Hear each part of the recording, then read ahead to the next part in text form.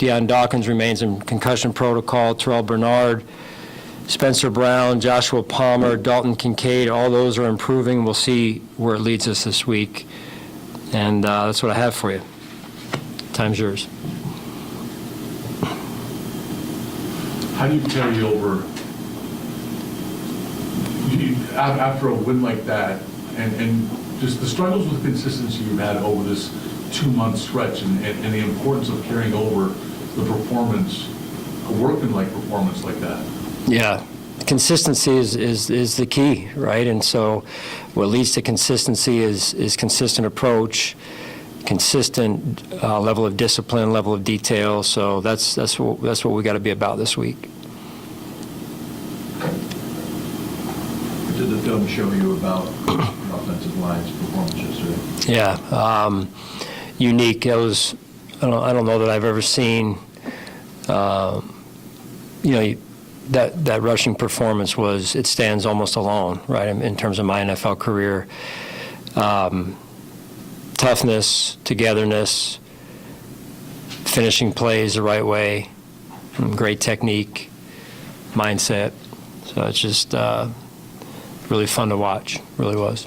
That in and of itself, on any week, I'm sure your answer would be similar, but then with the context of having 2 new pieces in there, how does that change what you did yesterday? Bless you. Yeah, no, I think it's even more, makes it even more special because of being a little bit, behind the 8 ball from an injury standpoint.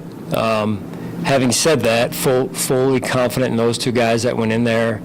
We know what we knew what we were going to get from them, and we got that. And I think that says a lot about who those guys are and how our offensive staff put the plan together. Coach, it's also a team effort to get Randy and Alex ready to go. What can you say about the job that Aaron Cromer did during the week, making sure they were confident entering the game? Yeah, it really started, Maddie, at the beginning of the week with coach's prep with Coach Gund and then with Joe, obviously, as well. So, and then really it became a full offensive effort, as you saw, wide receivers, tight ends, other backs that were in the game, blocking for backs or completions that were caught and ran with as well. So, a full effort, and basically a great aligned unit right there as they took the field, especially in the second half. That comp between Max Hairston and Trey White had been pretty even since Max came back. It wasn't yesterday. Was there any reason behind that? No, not necessarily. Just the way the game ebbed and flowed more than anything. It wasn't. It was just kind of how the game went. So no change in how we feel about Max or how we feel about Trey. How would you evaluate Craig Russo's season? Yeah, I think the last couple of games he's made some big plays for us at pivotal moments. Last night included. Overall, I think he's still trying to find his rhythm of late. And sometimes the season ebbs and flows where you're in a rhythm, then you're out, and then you got to find your way back in. I think that's kind of where he's at right now. What has Christian shown you, Bedford, in terms of his ability to go with the team's top receiver, if that's what you need out of game? Yeah, that's important. You're always looking for that matchup. It's a matchup game, especially when you're on the defensive side and you walk into the game planning meeting and you're saying, okay, hey, who's going to their number 1 receiver? Who's going to 2? How do we match up across the board? Backs, tight ends, no different. So I thought Christian really did a great job of limiting their number 1 receiver last night, and give Bobby credit and the defensive staff in terms of the plan as well. On top of that plan, though, what does it mean that Christian usually, he says he will ask for that assignment? Like, what does that say about him that he wants that? Yeah, it's really growth.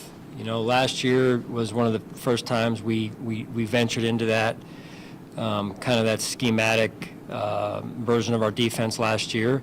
And sometimes it's new for guys, and they're not, especially if you're used to playing on the left side or the right side, compared to playing on both and being able to match. So he has really grown into that and developed and done a really nice job with it. Going back to the question about inconsistency, what do you think the team learned from itself, given the circumstances, and what you learned from your team based on that performance? Are you saying which last night's performance? Or? Yes. Well, I mean, you come off of a loss, you're always feeling like your backs are against the wall, and you don't like that feeling of sitting on a loss week to week, but also coming off of, the 10-day break there. So, but that mindset must not leave us. We have to have that mindset as we continue to move forward. And like I said before, that's, if you want to get consistent results, even though results are somewhat variable, you got to have a consistent process. And that's what I'm looking for when they come back here tomorrow, or excuse me, Wednesday. Sean, you've talked often about the calendar turns to December, and it's, that time of year when, the stakes of the games get raised, and, maybe the weather is more of a factor, but your team has been exceptionally good in this month. I think you've only lost once in the last 3 years. Do you feel like, does that point back to your preparation throughout the season in terms of getting them ready for these moments in this time of year? Or what do you point to for the success late in the season? Yeah, I think it's a collective effort. I really do. Jay, I feel like it's, at the staff level, coaches really honing in on, at this point in the season, what we do best, and who does it best as well, personnel-wise, and so, and then the players really taking ownership, led by Josh, of course, of how important these games are late in the year, and what you have to do to win them. It's not easy, but like I mentioned before, the mindset has to lead the way. Sean, we've talked to you a lot about Keon Coleman and how he's handled the down times. What about when he has some small samples of success? He caught the touchdown last night. How much do you watch how he handles that? Yeah, that was a big play for us in the game. And sometimes you learn, like I said, it's never a straight line success. It gets kind of messy at times, and but those that see it through, that continue to work and take steps in the right direction and persevere, they have a chance to come out of it. And last night I saw some signs of some pretty good football, including some of the shorter routes that he ran on some of those slants. So step in the right direction. Like our team, much work to be done for all of us. James had mentioned that he had texted Alec and Ryan yesterday morning, being encouraging them, and that leadership from him, maybe we don't hear about as much, but do you see more of that behind the scenes, and what does that say about him? Yeah, he leads in different ways, and the energy is, I would say, first and foremost how he leads on the sideline, and the energy he comes to the sideline with, you can feel he has a presence, even when sometimes things aren't going our way or his way or what have you. It's that energy, we feed off of that, and I bet you if you interviewed any player on our offensive side or the defense for that matter, they would tell you the same thing. Offensive line got picked apart quite a bit after that Texans game.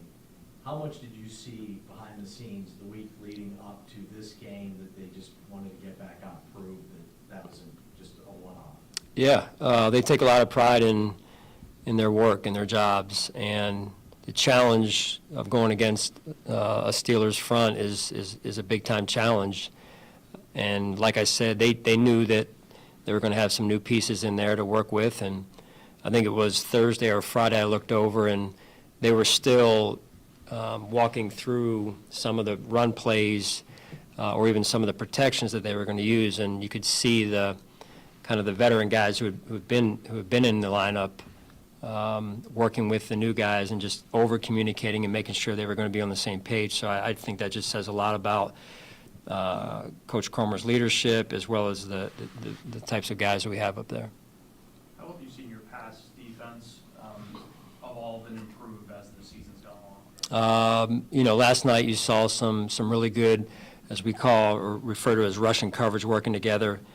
When you can cover them up and execute that way, it's effective for any defense, and that's signs of growth for our defense this year is being able to execute that at that level to help our rush at times, and you saw the sack with Joey. We had pressured. Bobby made a great call on that play and pressured, and so again, not just four-man rushing coverage, but also blitz rushing coverage working together. So those are key aspects for us as we move forward.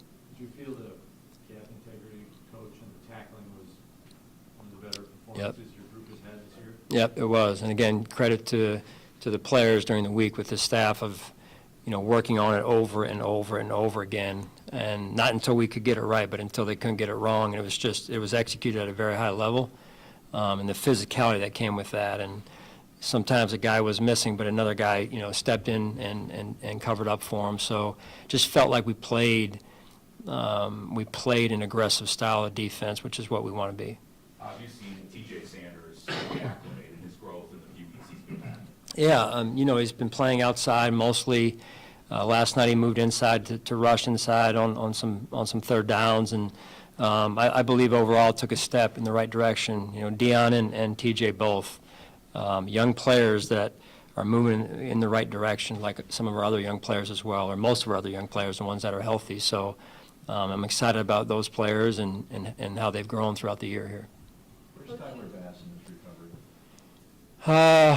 You know what? He ended up getting a surgery this past week here, so he is basically out for the season. Is there anything that you can elaborate on that, the decision going into it? No, His decision? just he was dealing with it. It wasn't going away, and we thought it was going away. Then it wasn't going away as he tried to get himself back ready, and so the surgery, the decision to get surgery was, almost made up for him. So that's the decision, and that's what we went with. So this was on the same issue. Yes. Yep. How do you deal with, or not deal with Shaq Thompson, but just the way he's played when he's been asked to play, and how much more playing time does he merit, knowing that you've got two guys in there already? Yeah, Shaq's a good football player. We go, he and I go way back, and he's tough. He's a good leader. When he plays, he makes a difference, and so, in terms of playing time, we'll see where that goes. But he has had a pretty darn good influence on our football team. Coach, you spoke about the consistent mindset that you need to see out of the team going forward and sticking to that process. How can you rely on your leaders at this point in the year to help make sure everybody knows about that? Well, Shaq's one of them, and I mentioned after the game last night, Matty, that he had spoken to the team on Friday, I believe it was, of last week, and did a phenomenal job. And this is the time of year where leaders got to get out in front of the team and lead them and take the bull by the horns. So, we need that. That's an important piece of our football team, the direction week to week, the consistency, as John was asking about. That's going to come from our players and their leadership. All right? All right, thank you guys.